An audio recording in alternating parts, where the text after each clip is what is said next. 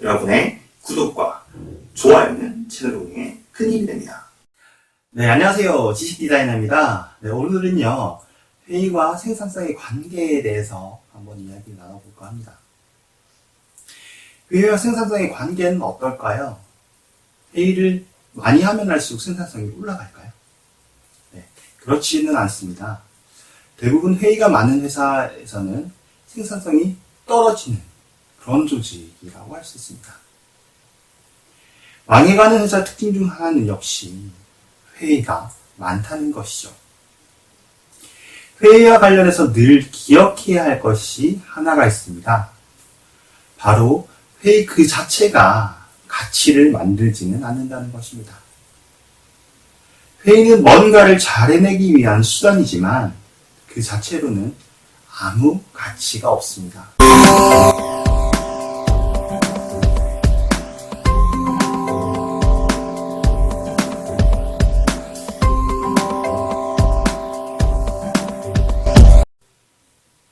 회의를 많이 한다고 달라지는 건 없습니다.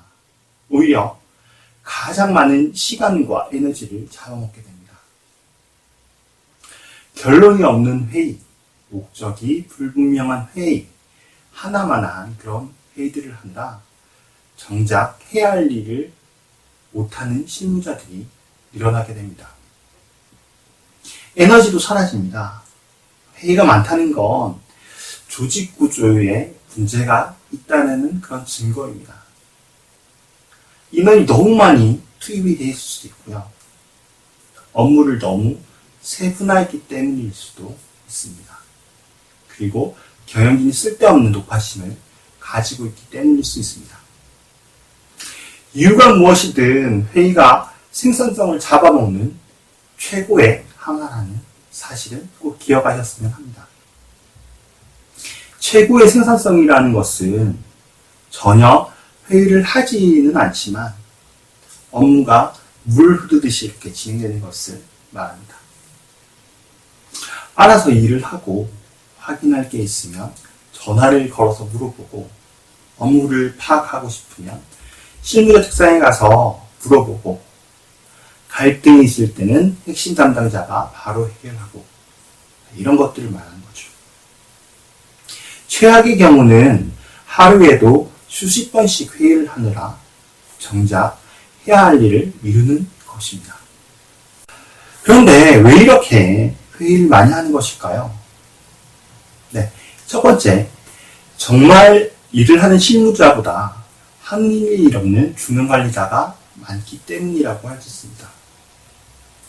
선수보다 코치나 감독이 더 많은 격이라고 할 수 있는데요. 이들은 스스로 자신이 아무 일도 하지 않고 별다른 가치를 창출하지 못한다는 사실을 인지하고 있습니다.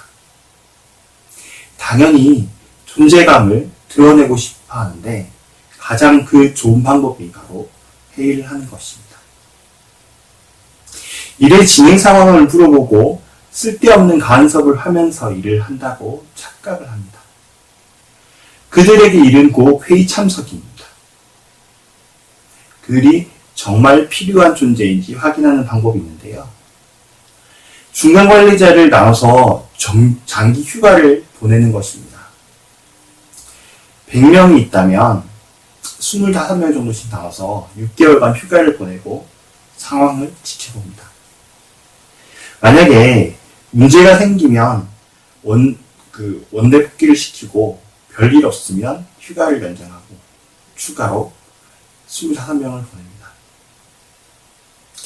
결과가 어떨 것 같습니까?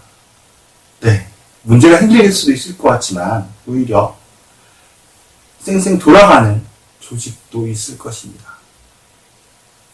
예시로 이렇게 좀 극단적인 예시를 들긴 했는데요. 국회의원과 공무원을 대상으로 해서 이런 실험을 해보면 어떨까? 좀 생각을 한번 해봅니다.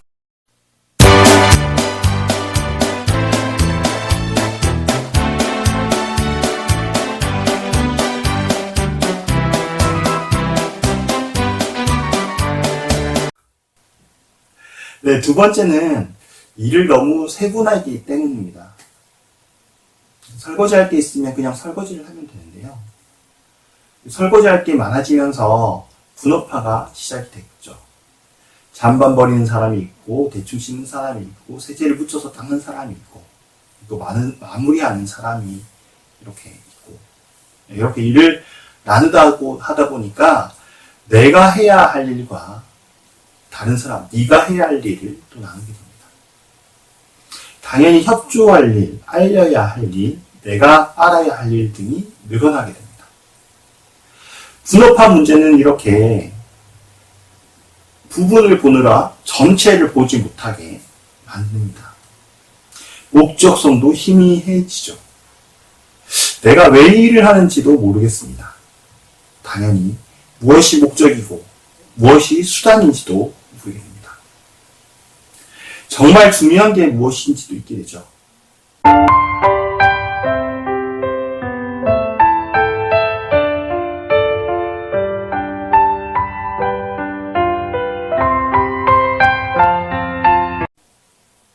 그리고 세 번째, 단계가 너무 길고 복잡합니다. 공공기관에 가면 부원장도 모자라서 부원장보라는 그런 시책도 있습니다. 잘하면 부부원장 보보까지 만들어질 것 같습니다.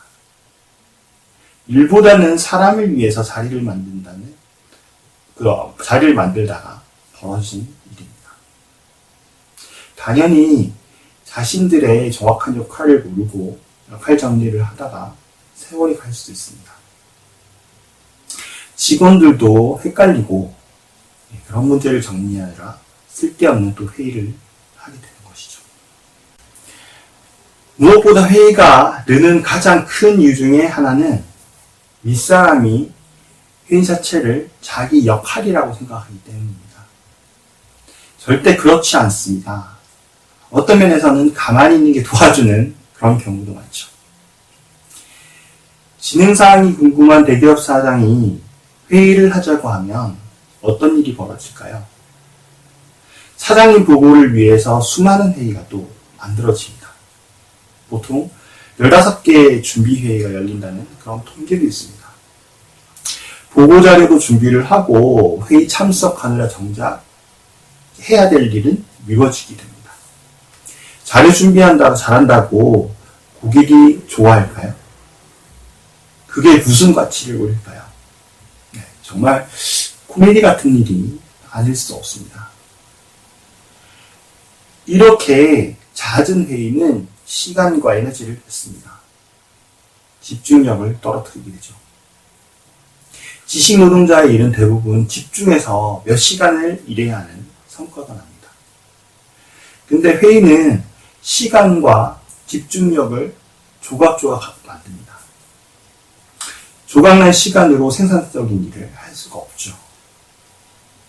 사실 회의란 방법 외에도 목적을 달성할 수 있는 방법들, 대체적인 방법들은 많이 있습니다. 얼굴을 보지 않아도 할 수 있는 수단은 차고 넘칩니다. 너무너무 회의를 하고 싶다. 이럴 때는요, 이런 질문을 던진 후에 회의 개최 여부를 결정을 한번 해보십시오.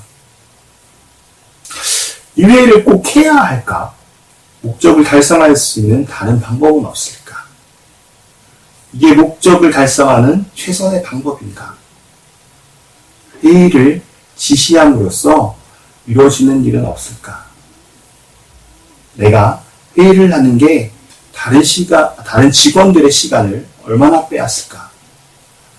그래도 회의를 하고 싶다면 생산성이라는 책에 나온 다음과 같은 대목을 기억하면 도움이 될 것 같습니다. 생산성이 떨어지는 회의는 시간이 오래 걸리는 것이 아니라 결정해야 할 것을 결정하지 못한 회의를 말하는 것입니다. 시간 단축뿐 아니라 어떻게 하면 의견을 자유롭고 활발하게 교환할 수 있을지, 일정 시간 안에 의사결정을 완료할 수 있는지 다양한 방법들이 필요하죠. 분위기의 변화나 테이블을 배치하는 것, 그리고 자리 이동, 순차적인 자료 배포 등 기존 회의의 방법을 바꾸는 것만으로도 생산성이 높아집니다.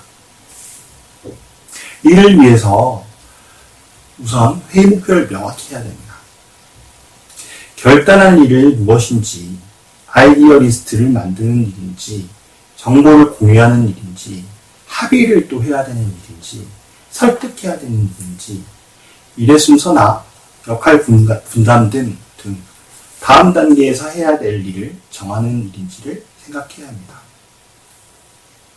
무엇보다 자료를 읽는데 시간을 쓰면 안 되는 것이죠. 혁신 기업가들은 자료를 설명하지는 않습니다. 시작과 동시에 지금부터 2분간 자료를 읽어보세요 라고 말을 하죠. 작성자가 설명하는 것보다 자료를 각각 읽는 편이 빠르기 때문입니다. 원칙적으로 자료 설명은 금지를 합니다. 장표의 숫자를 제한하는 것보다 시간 자체를 제한하는 것이 효과적이라고 할 수 있습니다. 회의가 전혀 필요 없을 수는 있겠지만 회의를 진행할 때 효과적으로 진행하는 방법을 고민해 보셨으면 좋겠습니다. 네, 오늘 이야기는 이것을 마치도록 하겠습니다. 지식 디자이너